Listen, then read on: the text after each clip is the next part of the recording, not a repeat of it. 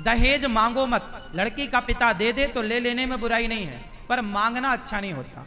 मांगने से ना व्यक्ति छोटा हो जाता है। मांगे से मरना भला, मत मांगो कोई भीख, बिन मांगे मौती मिले यह सतगुरु की सीख। आजकल तो मुंह फाड़ फाड़ के लोग मांगते हैं, 10 लाख चाहिए, 20 लाख चाहिए, 50 लाख चाहिए, करोड़ भी मांगते हैं मांगने वाले। शादी करोगी दहेज मांगोगी? हाँ, लिस्ट बना रखी है आपने, ये मांगूंगी। लड़के का बाप लड़के को पानी भी पिलाता है ना, बोतल वाला, उसका भी पैसा वसूल लेता लड़की के बाप से। इतना पानी पिलाया मैंने, इतना दहेज, इतना दहेज। एक लड़की का ब्याह हुआ, बारात आई, मंडप के नीचे लड़का बोला अपने ससुर से मुझे गाड़ी चाहिए, गाड़ी 4 चक्के की 4 व्हीलर। लड़की का पिता सहम गया, बोला दामाद जी ऐसी तो हमारी आपसे कोई बात थी नहीं कि हमें कोई गाड़ी, हमारी तो औकात नहीं है कि हम आपको दहेज में गाड़ी दे सकें। हमने 2 चक्के की गाड़ी की व्यवस्था कर रखी है, वो आपके लिए है। लड़का मचल गया, बोले नहीं मुझे तो 4 चक्के की चाहिए, 4 व्हीलर। लड़की का बाप है, मंडप के नीचे कन्यादान के समय लड़का जिद कर रहा है गाड़ी, वरना बोला मैं जा रहा हूं, मैं ब्याह नहीं करूंगा। अब बेचारा लड़की का बाप, लड़की वहां बैठी सब तमाशा देख रही है। लड़की का बाप बेचारा, उसके पास पैसे बहुत नहीं थे और लड़की एक ही थी, एक लड़का था, छोटा बच्चा था, एक लड़का था उसका, एक लड़की। तो बेटी का ब्याह था, पहला ब्याह उसके घर का। उसने अपने दोस्तों को किसी को लगाया होगा फोन, भैया हमें कुछ पैसे की जरूरत है। अब इतने जल्दी कौन भला देता, 10-20 हजार की बात होती तो अलग विषय था, वो गाड़ी तो लाखों की आनी थी। उस लड़की के बाप ने, बेचारे ने अपना घर गिरवी रख दिया और अपना घर गिरवी रखकर पैसा उठाया और उसने तुरंत गाड़ी बुलवाई। अब 10-12 लाख की जो गाड़ी आई होगी, गाड़ी ला करके उस लड़के को गिफ्ट की। चलो लड़की का ब्याह हो गया, लड़की ससुराल चली गई। एक दिन वो लड़का अपने ससुराल की गाड़ी पर, दहेज की गाड़ी पर बैठकर अपनी पत्नी को बिठाकर कहीं घूमने निकला। बड़ी ओवर स्पीड गाड़ी चला रहा था। पत्नी बोली आहिस्ता, धीरे चलो, धीरे चलो। वो नहीं माना, दहेज की गाड़ी चल रही है। सामने कोई मंदिर था, तो एक भिखारी सड़क क्रॉस कर रहा था, अपाहिज, बैसाखी लेके, और ये गाड़ी अचानक सामने आ गई और गाड़ी के सामने अचानक वो भिखारी। अब इसने देखा भिखारी है, भिखारी पे गाड़ी चढ़ जाएगी, मर जाएगा। इसने ब्रेक पे पांव रखा, ब्रेक दबाया। बहुत तेज स्पीड पे गाड़ी थी, बहुत तेज थी। ब्रेक दबाया, गाड़ी घिसट गई और घिसटती हुई वो भिखारी के पास जाके बिल्कुल खड़ी हो गई। बाल बाल बच गया भिखारी। अब ये शहजादे को गुस्सा आई, क्यों रे, अंधे हो क्या? गाड़ी आ रही है सड़क में, इस तरह धीरे धीरे चल रहे हो, भीख मांगते रहते हो, काम धाम नहीं कर सकते, भिख मंगे कहीं के। अब ये भैया उस भिखारी पे बरस गया कि तुम भिखारियों के कारण अभी एक्सीडेंट हो जाता, क्या जरूरत है भीख मांगने की, कमा के खा नहीं सकते। तब वो लड़की उतर के आई और लड़की ने कहा अपने पति से, प्राणनाथ ये अपाहिज है इसलिए भीख मांग रहा है, इसका पांव टूटा है इसलिए भीख मांग रहा है, इसकी मजबूरी है इसलिए भीख मांग रहा है। तुम्हारे तो पांव नहीं टूटे, फिर भी तो तुमने मंडप में गाड़ी की भीख मांगी हमारे पिता से। ये तो अपाहिज है, तुम तो अपाहिज नहीं थे, फिर भी तुमने भीख मांगी। क्या भिखारी केवल वो लोग हैं जो मंदिर के बाहर भीख मांग रहे हैं? क्या भिखारी वो नहीं है जो दहेज मांग रहे हैं? अरे मंदिर के बाहर बैठा यदि भिखारी है तो दहेज मांगने वाले भिख मंगे हैं, ये भिखारी नहीं है। कौन है ये? भिख मंगे। आप इतना दहेज मांगते हो, पैसों से रिश्ते नहीं बनते मेरी मां। एक लड़की आपका तब सम्मान करेगी जब आप अपनी मेहनत से उसे कमाकर खिलाओगे। वो लड़की तब प्रसन्न होगी जब आप अपनी कमाई की गाड़ी में उसे बिठाओगे। आप कैसे पुरुष हैं? दहेज की गाड़ी पे बैठे, वो गाड़ी तो ससुर जी की है, तुम तो ड्राइवर हो। स्वाभिमानी क्यों नहीं बनते? जीवन स्वाभिमान से जिया करो। एक अच्छी लड़की की तलाश करो, एक अच्छी लड़की से विवाह करो। धन तो आप में काबिलियत होगी तो कमा ही लोगे, दहेज मांगने की क्या जरूरत है? लड़की का बाप जो स्वेच्छा से देता है बढ़िया है। मेहनत करने वाले अच्छे होते हैं, मांगने वाले अच्छे नहीं होते। और मैं बहनों से भी कहूंगा कि आप भी अपने लिए एक ऐसा लड़का चुनिए जो भीख ना मांगता हो, दहेज की। दहेज मांगने वालों से अपनी बेटी का ब्याह मत करो। आपने अपनी बेटी को पढ़ाया लिखाया है ना, तो कोई सामान्य परिवार का लड़का देख लो ना। तुम्हें भी तो IAS अफसर चाहिए होता है, बड़ी नौकरी वाला। तो वो नौकरी वाला जब आपको चाहिए तो वो भी कहता कि भाई जब हमसे ब्याह करना तो लाओ। आप अपनी बेटी को योग्य बनाओ। अच्छा ये बताओ, लड़की ज्यादा पढ़ी लिखी है तो अपने से कम पढ़े लिखे लड़के से ब्याह कर सकती है कि नहीं?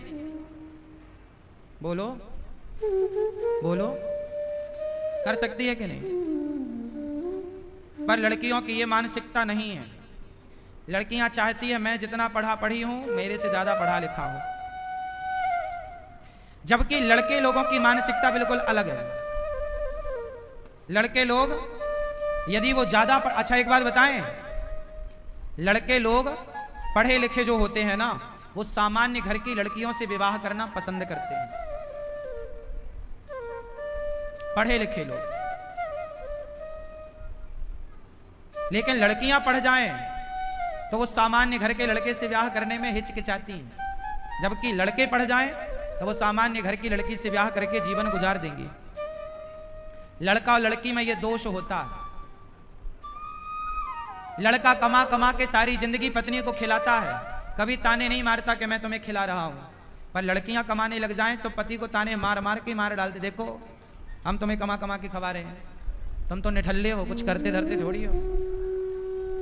हाँ या ना? इसलिए लड़कों में लड़कियों से ज्यादा गंभीरता होती है।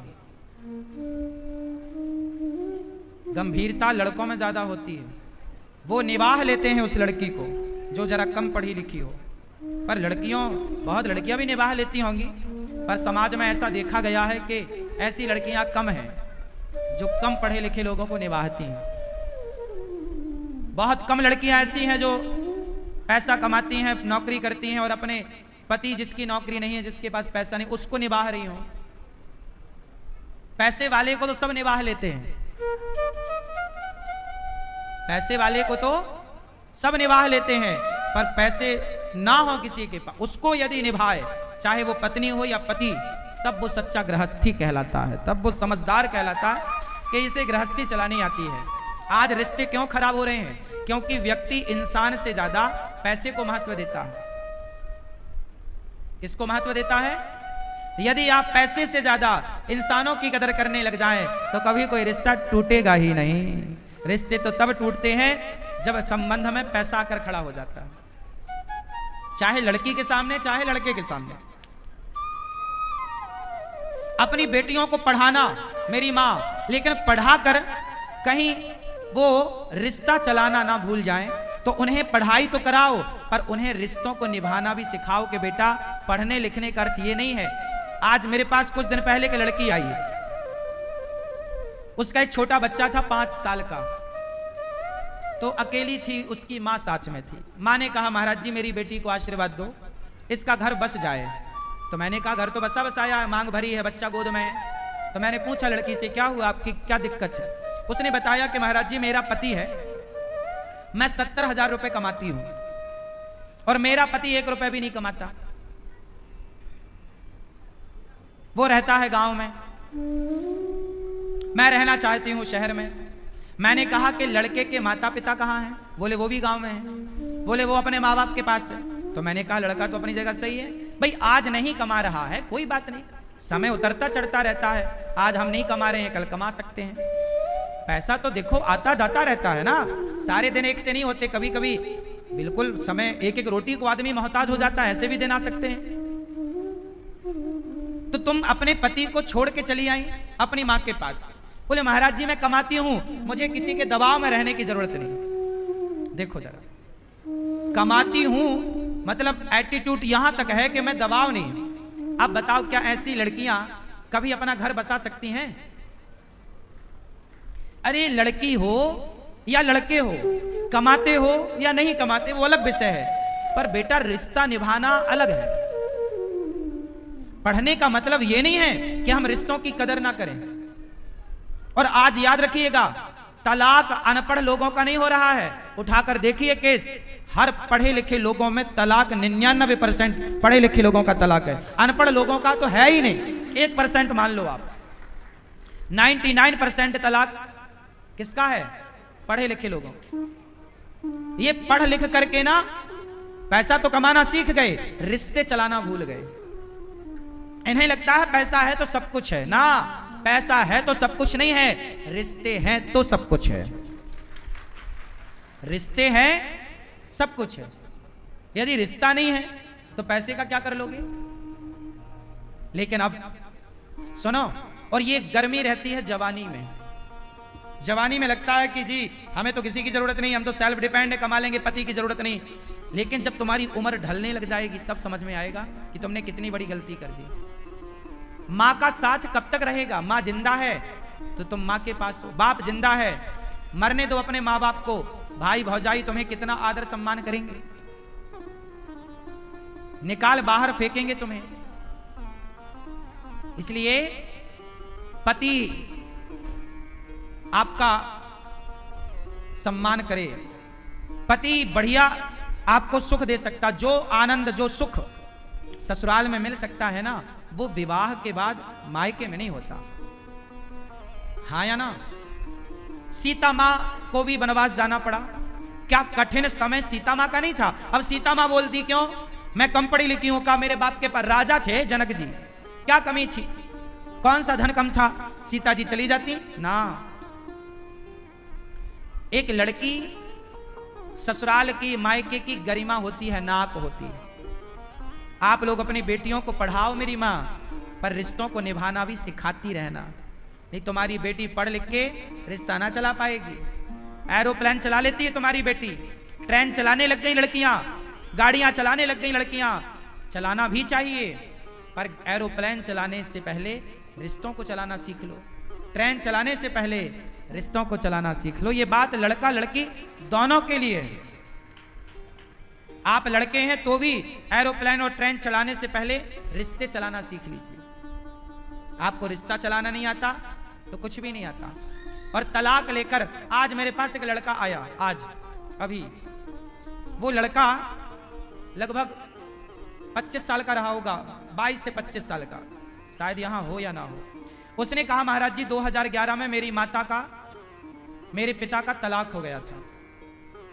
मेरे पिता ने दूसरा ब्याह कर लिया, पर मेरी मां ने ब्याह नहीं किया और मैं हूं।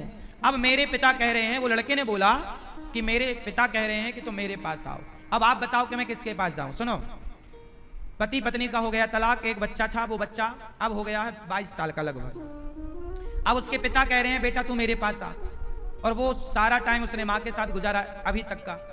वो लड़का मेरे से पूछने आया कि आप बताओ मैं किसके साथ रहूं, बाप के संग कि मां के संग?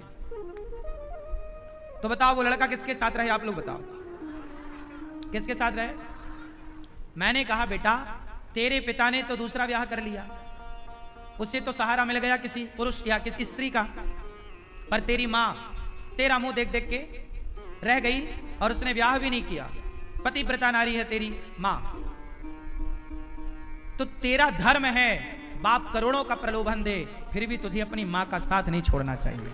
मैंने उसे यही समझाया कि मां का साथ नहीं छोड़ना चाहिए। इसलिए मैं चाहता हूं कि मेरे भारत में तलाक ना हो किसी का। और तलाक आप कितने लोग चाहते हैं कि भारत में तलाक ना हो किसी का? चाहते हो? इसके लिए क्या करना पड़ेगा? अपनी बेटी और अपने बेटों को सिर्फ इंग्लिश नहीं पढ़ाना, सिर्फ बड़ी बड़ी डिग्रियां नहीं दिलाना, सिर्फ नौकरी नहीं कराना। आप अपनी बेटियों को घर में रिश्ते चलाने के संस्कार देना शुरू करो। जब रिश्ते चलाने का संस्कार होगा तो तलाक नहीं होंगे। जैसे हम दहेज लेते हैं, अब गरीब आदमी अपनी बेटी को पराई करने के लिए सामने वाले उस भेड़िए का मुंह बंद करने के लिए चाहे कुछ भी करना पड़े, बेटी पराई करनी है, ऐसी समस्या उसके सामने होती है। और वो व्यस खा रहा, उसको पता नहीं, और वो दुख पाकर आत्मा मोस के कहीं से कर्जा उठा कर बेटी पराई करता है। अब हमने ये प्रतिज्ञा करनी है कि ना दहेज लेंगे ना देंगे, चाहे ब्याह हो चाहे ना हो। और क्यों, कैसे ना होगा? वाह भाई वाह, भगवान ने संस्कार जोड़ रखे, उसने मिटा कौन देगा? वो तो जबरदस्ती होगा, ना चाहते हुए भी होगा। ये तो हम बकवाद करते हैं, सिर्फ इन पैसे वालों ने शुरू की थी, मायादारी मस्करों ने। मीडियम स्तर के गरीब व्यक्ति तो बेमतलब उस परंपरा में पीछे जाते हैं। तो हमने ये नहीं करना है, क्योंकि ये फिर हमने देना पड़ेगा अगले दिन। तो हम ये संस्कार घटाएंगे बढ़ाएंगे नहीं। यदि भक्ति करनी है, नहीं तो वे करो जो तुमने कर रहे हो, तारी मौज है। फिर भक्ति और मोक्ष की इंतजार मत करियो, मर्यादा भंग करके चलोगे तो। अब यहाँ भी वेदों ने भी बता दिया कि तत्वदर्शी संत की खोज करो। और वेद कहते हैं नेति नेति, कि मैं जो ज्ञान दे चुका हूँ ये अंतिम नहीं है। इतना ही नहीं, आध्यात्मिक ज्ञान परमात्मा के विषय में, उसके विषय में तो तत्वदर्शी संत बताएंगे, और वो उस ज्ञान से बताएंगे जो परमात्मा ने स्वयं आकर बोला है। फिर क्या बताते हैं? असंग जन्म तन मर्त्या होगे, जीवित क्यों न मरे रे। द्वादश मध्य महल मठ बोरे, बहुर न दे धर रे। कि असंग जन्म तन मर्त्या होगे। एक बार जीवित मर के देख, जीवित कैसे मरना होता है। मन चाहता है यहाँ के कार कोठी बंगले, गुटी सुटी लगाना, ब्याह के अंदर नाचना गाना, डीजे बकवाद। कहते इनसे मन हटा। अपना आत्मा सोचन की बात है, ये किसी के कहने से नहीं, कोई प्रतिबंधित नहीं होते ये नियम। लेकिन जो संत नियम बनाते हैं वो आपके लिए लक्ष्मण रेखा होनी चाहिए। उसका उल्लंघन करते सीता का कितना विनाश हुआ, बिरान माटी हुई और दुनिया मरवा दी। और उन्होंने कहा था इससे बाहर मत जाना तो सुरक्षित रहेगी। तो परमात्मा ने जो नियम हमें बना कर दिए हैं ये लक्ष्मण रेखा समझ लेना। अब जैसे एक विवाह हो रहा था किसी का, सामने डीजे बजाओ, नाचे कूदे, बहन भी बेटी भी सारी, उनके फोटो उतार रखे। अगले दिन बारात में जा रहे थे, भाई का विवाह था लड़के का। तो उस शहर से यानी रोहतक से कलानौर के पास एक दुर्घटना होगी। वह दुल्हे वाली कार ही टकराएगी किसी दूसरे से, 5-6 मर गए, उसी दुल्हा भी मर गया। और उसी परिवार के रिश्तेदार वो खुद मिलकर 5-6 एट द स्पॉट मृत्यु होगी। अगले दिन पेपर में आ रहा था उनका हाहाकार मचाते, बाढ़ पड़ रही, बहन बेटियां बुरी तरह रो रही है, एक दूसरे से निपट रही है। अब बजा लो डीजे, कोई बात हुई यहाँ पर। तो संत कहते हैं जैसे नानक साहब जी से भक्त प्रश्न करा करते कोई अनजान से कि महाराज जी आप यहाँ कुछ खोए खोए से रहते हो। तो उन्होंने कहा था भी ना जाने काल की कर डारे, किसी भी ढल जा पास आवे, और जिनाते सरते मौत खुड़क दी उन्होंने केड़ा हास आवे। हमें अपनी मौत दिखाई दे ना बेरा के बिजली गिर जाए, यहाँ तक टाइम सा पास करना हमने। फिर पूछा कि हे भगवान क्या आप कभी प्रसन्न नहीं होते? कि प्रसन्न होता हूँ जब मेरे अनुयायी मेरे द्वारा निश्चित किए हुए सत्संग के दिन वापस आ जाते हैं, तो उस दिन मुझे खुशी का कोई ठिकाना नहीं रहता। क्यों? क्योंकि मुझे ये खुशी होती है कि इनको कोई काल का दूत नहीं टकराया, इनकी भक्ति का नाश नहीं किया, ये सुरक्षित है अभी तक। और जब ये यहाँ से जाते हैं, संसार में सब काल के ही ज्ञान से प्रभावित लोग हैं, ये मुझे चिंता बन जाती है कहीं इनको कोई भ्रमित ना कर दे और इनका जीवन नाश कर दे। क्या कहते हैं कि साध मिले साड़ी शादी होंदी और विछड़ दें दिलगिरी वे, अखदे नानक सुनो जी हाँ ना मुश्किल हाल फकीरी वे। कि साध मिले, ये भक्त साध संगत जब वापस आती है, मुझे आत्मा में बड़ी खुशी होती है कि ये सुरक्षित है, इनका कोई दीमक नहीं लगा काल का। और जब ये जाते हैं तब मुझे दिलगिरी होती है, दुख होता है कि मुश्किल हाल फकीरी वे, फकीरी माने साधना भक्ति, ये बड़ी मुश्किल बना दी काल के दूतों ने। जगह जगह एक गांव में मन 10-10 ढूंढे लाए बैठे हैं, कोई वैसे कोई क्रिया करते हैं, कोई झाड़ा लाता है। मिसगाइड करने वालों का कोई अंत नहीं। साध मिले साढ़े शादी होंदी, विछड़ जाए दिलगिरी वे, अकदे नानक सुनो जी ना मुश्किल हाल फकीरी वे। तो क्या कहते हैं कि ना जाने काल की कर डारे, किसी भी ढल जा पास आवे, और जिना ते सरते मौत खुड़क दी उनानू केड़ा हासावे। अब यदि तुम परमात्मा का नाम लो और विवाह करो सिंपल वेत है,